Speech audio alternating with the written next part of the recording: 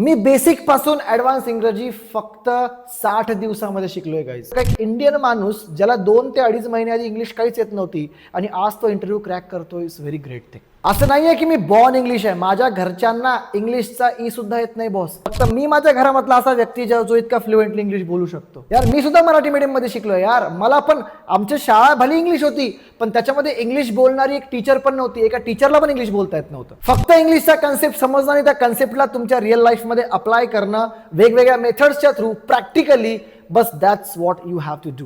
नमस्कार, माझं नाव संयम देशमाने आणि मी तुमचा आहे इंग्लिश टीचर आणि मी आपल्या सर्वांचं स्वागत करतो inspiring English academy Chhatrapati संभाजीनगरमध्ये.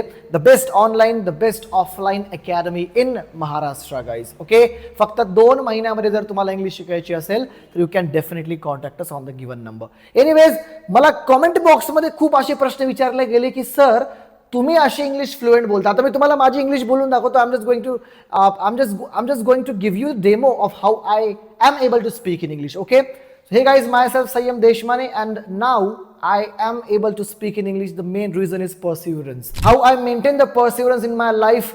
So many obstacles came in my way, but still I kept going, and the result that you are seeing, and I'm able to speak English fluently in front of 1,000 people. Whether it could be the interview, whether it could be any spontaneous communication, I am master in that. Now I have done that only in 60 days and that's what I'm going to do guys here. मी माझ्या communication मध्ये improvement केली, मी माझ्या accent मध्ये improvement केली, मी माझ्या pronunciation मध्ये improvement केली, मी माझ्या ग्रामर मध्ये इम्प्रूव्हमेंट केली, मी माझ्या व्होकॅब्युलरी मध्ये इम्प्रूव्हमेंट केली, मी माझ्या सेंटेन्स स्ट्रक्चर मध्ये इम्प्रूव्हमेंट केली, मी माझ्या ओव्हरऑल पर्सनॅलिटी मध्ये इम्प्रूव्हमेंट केली.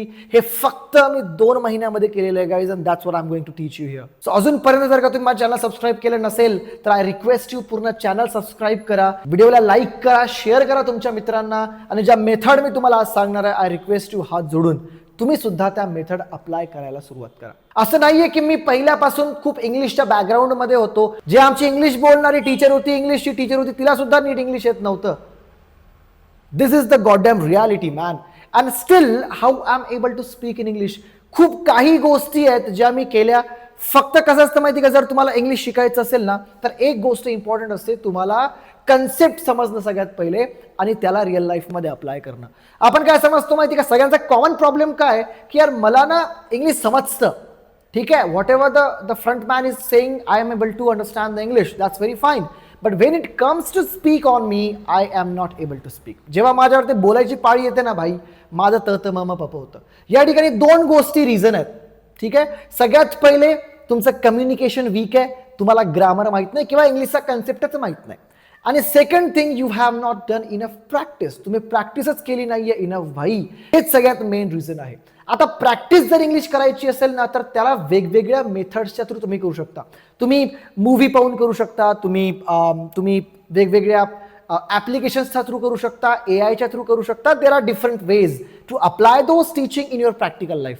पण त्याआधी सगळ्यात इम्पॉर्टंट वे आहे तुम्हाला कन्सेप्ट समजणं. आपल्याला असं वाटतं ना की यार मला इंग्लिश समजते म्हणजे मला इंग्लिश येते, असं नाहीये.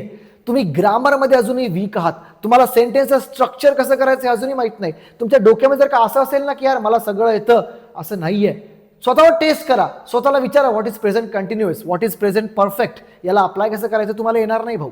समोरचा बोलेल तुम्हाला समजेल, पण तो आयएनजी फॉर्म त्या ठिकाणी त्यांना का लावला, हॅव हॅज का लावलं, एम इज आर का लावलं, डू डिड का लावलं, हॅड का लावलं, विल हॅव का लावलं, विल बी का लावलं, विल का लावलं, हे तुमच्या लक्षात येणार नाही. आणि या कन्सेप्टला समजणं सगळ्यात जास्त इम्पॉर्टंट आहे. सी, मी सांगतो माझी पहिल्यापासून जर्नी. मी माझं ग्रॅज्युएशन जयपूर राजस्थानमध्ये कंप्लीट केलेलं आहे. I was totally zero there, कारण माझं बॅकग्राऊंड संस्कृतचं आहे. मी संस्कृत भाषा शिकलेलो आहे, त्याच्यामुळे माझं कम्युनिकेशन थोडं शब्द माझे थोडे उच्चार क्लिअर येतात, ठीक आहे. पण there is nothing to do with the English language. मी इंग्लिश लँग्वेजमध्ये का परफेक्ट नव्हतो, राईट. त्याच्यानंतर माझ्याकडे कशी अपॉर्च्युनिटी आली की मला ना 2 ते 3 महिन्यामध्ये दुबईला जायचं होतं. दुबईला माझ्याकडे एक चान्स आला होता जॉबचा, ठीक आहे. तर मला त्या ठिकाणी इंटरव्ह्यू द्यायला जायचं होतं आणि पॅकेज जबरदस्त होतं, काहीतरी 30-35 लाखाचं दुबईसारख्या ठिकाणी, राईट. खायला प्यायला सगळं free, everything is free there.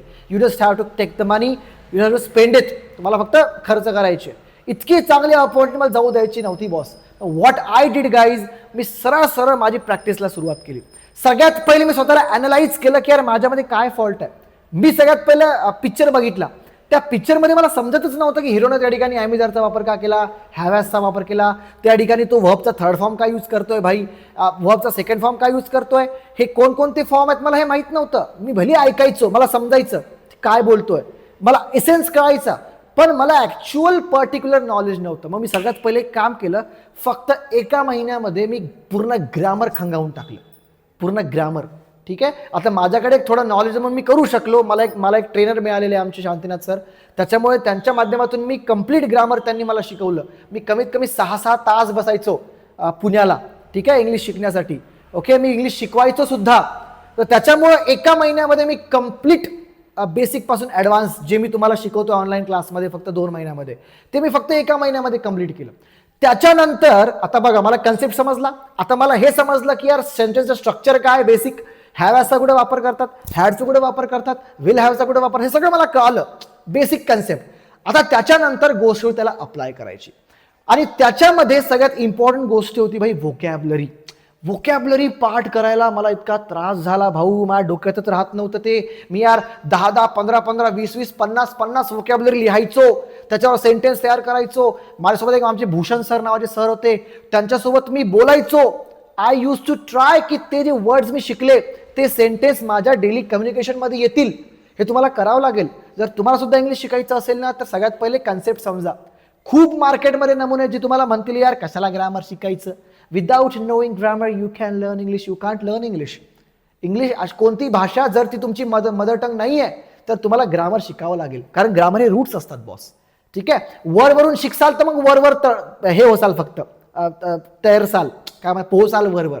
पण जर डीप नॉलेज पाहिजे असेल, in future well professional communication करायचं असेल, तर तुम्हाला एक ग्रामरचा एक बेस असणं जरुरी आहे. जर तुमच्याकडे ती लँग्वेज यूज टू नसेल तर, तुमच्या आजूबाजूला सगळे इंग्लिश लँग्वेज बोलतात तर ठीक आहे, तुम्हाला ग्रामरची गरज नाही आहे. पण जर तुम्हाला इंग्लिश लँग्वेजचं काही बॅकग्राऊंड नाही आहे, तुमच्यासोबत कोणी काही बोलत नाही, तुम्ही एकटेच तुमचे असतात, तुम्हाला एकट्याला शिकायचं असतं, तर मग तुम्हाला ग्रामरपासून सुरुवात करायला पाहिजे. ठीक आहे, पहिली गोष्ट. दुसरी गोष्ट, जेव्हा त्याला अप्लाय करायचं असतं ना, आता ग्रामर तर तुम्हाला कळालं, मग मी काय करायचं माहिती का, सगळ्यात जास्त मला हेल्प केली भाई, ती केली मिरर प्रॅक्टिसनं. मिरर प्रॅक्टिस म्हणजे काय, मी काय करायचं माहिती का, माझ्या रूममध्ये मी एक मिरर आणला, काहीतरी 1700-1800 रुपयाचा आला होता तो मिरर. मी तो मिरर आणला, त्या मिररला मी काय केलं, माझ्या रूममध्ये लावलं.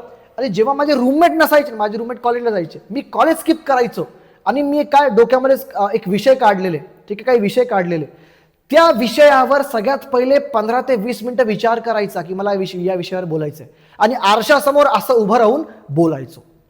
ठीक आहे, मग ज्या ज्या चुका झाल्या त्या मी अॅनालाइज करायचो की यार या ठिकाणी मला कोणता वापरायला, मी रेकॉर्ड पण करायचो त्याला अलॉंग विथ दॅट, आणि मग चेक करायचो. सो मी प्रत्येक स्पीचला कमीत कमी 15 ते 20 मिनिटं द्यायचो बॉस, 15 ते 20 मिनिटं. आणि लँग्वेज ही अशी गोष्ट ना, जोपर्यंत तुम्ही त्याला टाइम देत नाही, जोपर्यंत तुम्ही त्याला वेळ देत नाही, तोपर्यंत ती 100% सक्सेस होणार नाहीये. तुम्हाला वेळ द्यावा लागेल. तुमच्यापैकी खूप जण म्हणतात की आम्हाला खूप कमी वेळामध्ये इंग्लिश शिकायचं, सर एका महिन्यामध्ये कंप्लीट फ्लुएंट इंग्लिश शिकू का आम्ही, सर 3 महिन्यामध्ये कंप्लीट इंग्लिश शिकू का तुम्ही, आम्ही अरे नाही शिकू शकणार जोपर्यंत तुम्ही वेळ देऊ शकत नाही. तुमच्यामध्ये तो पर्सिव्हरन्स पाहिजे. समजलंय ना मी काय म्हणतोय ते. ठीक आहे, ही एक प्रॅक्टिस केली मी, मिरर प्रॅक्टिस सगळ्यात जास्त उपयोगी मला त्या ठिकाणी आली. सेकंड प्रॅक्टिस मी केली, जेमिनाय सोबत बोलायचो, गुगल जेमिनाय, त्याला ऑन करायचो, त्याला बोलायचो, ती मला बोलायची, मी तिला बोलायचो, ती मला मी कमीत कमी 3-3, 4-4 तास प्रॅक्टिस करायचो गुगल जेमिनाय सोबत.